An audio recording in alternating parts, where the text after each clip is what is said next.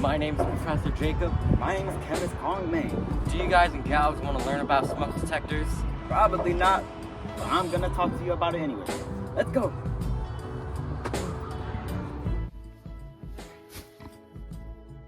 This dude, George Andrew Darby, created the first heat and smoke detector in 1902, Birmingham, England. 20 years later, a Swiss physicist, Walter Jaeger, was working to invent a sensor for poison gas, but he noticed his poison device was actually detecting smoke from a cigarette. His work later transitioned into the roadmap for more modern smoke detectors. In 1939, another Swiss physicist, Dr. Ernest Melly, developed a device with an ionization chamber that could detect gases in underground mines. He also invented a tube that could amplify the small electronic signal created by the detection mechanism to sufficiently trigger an alarm. The result was an ionization smoke alarm. The first ionization smoke detectors were extremely expensive. First introduced in the US market in 1951, their use was limited to commercial and industrial facilities.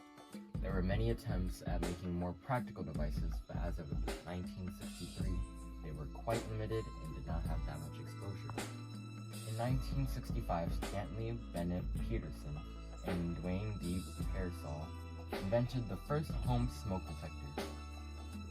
The device was cheap enough to be installed in most homes, although it was not widely used in homes until the 1970s. Legislation in the USA in the 1980s required smoke detectors to be installed in every home to ensure everyone's safety.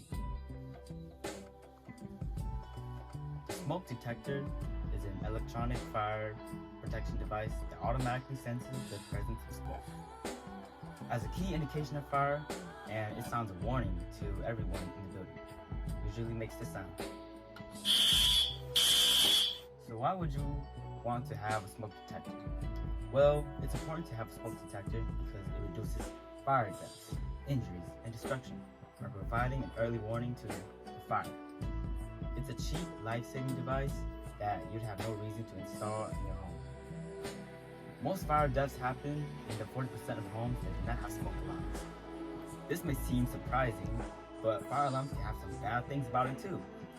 Cooking smoke and shower steam can cause the alarm to go off, causing false alarms for you and your family. So what do you do if you do catch on fire? First, get away from the fire.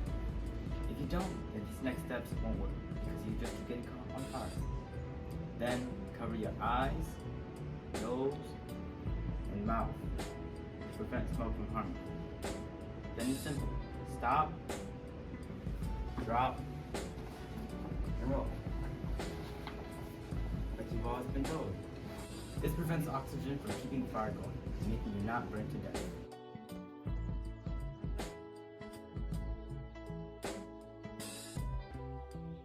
Smoke detectors are a strong alpha particle emitter and the weakest kind of radioactive decay. It specifically comes from americium-241 that's found in the smoke detectors. Americium-241 is an isotope found in many smoke detectors. This being our balanced nuclear equation, right here. And this is our proper isotope, which is right here. Americium has 95 protons, 148 neutrons, and 95 electrons. Thank you guys and gals for watching this video about smoke detectors. If you have any questions, don't leave them in the comment section below. Be sure to smash that like button and smash that subscribe button and turn on the notification bell. Have a great day and see you never.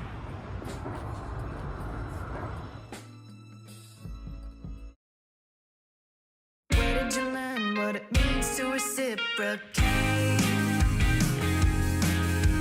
How much can I be expected to tolerate?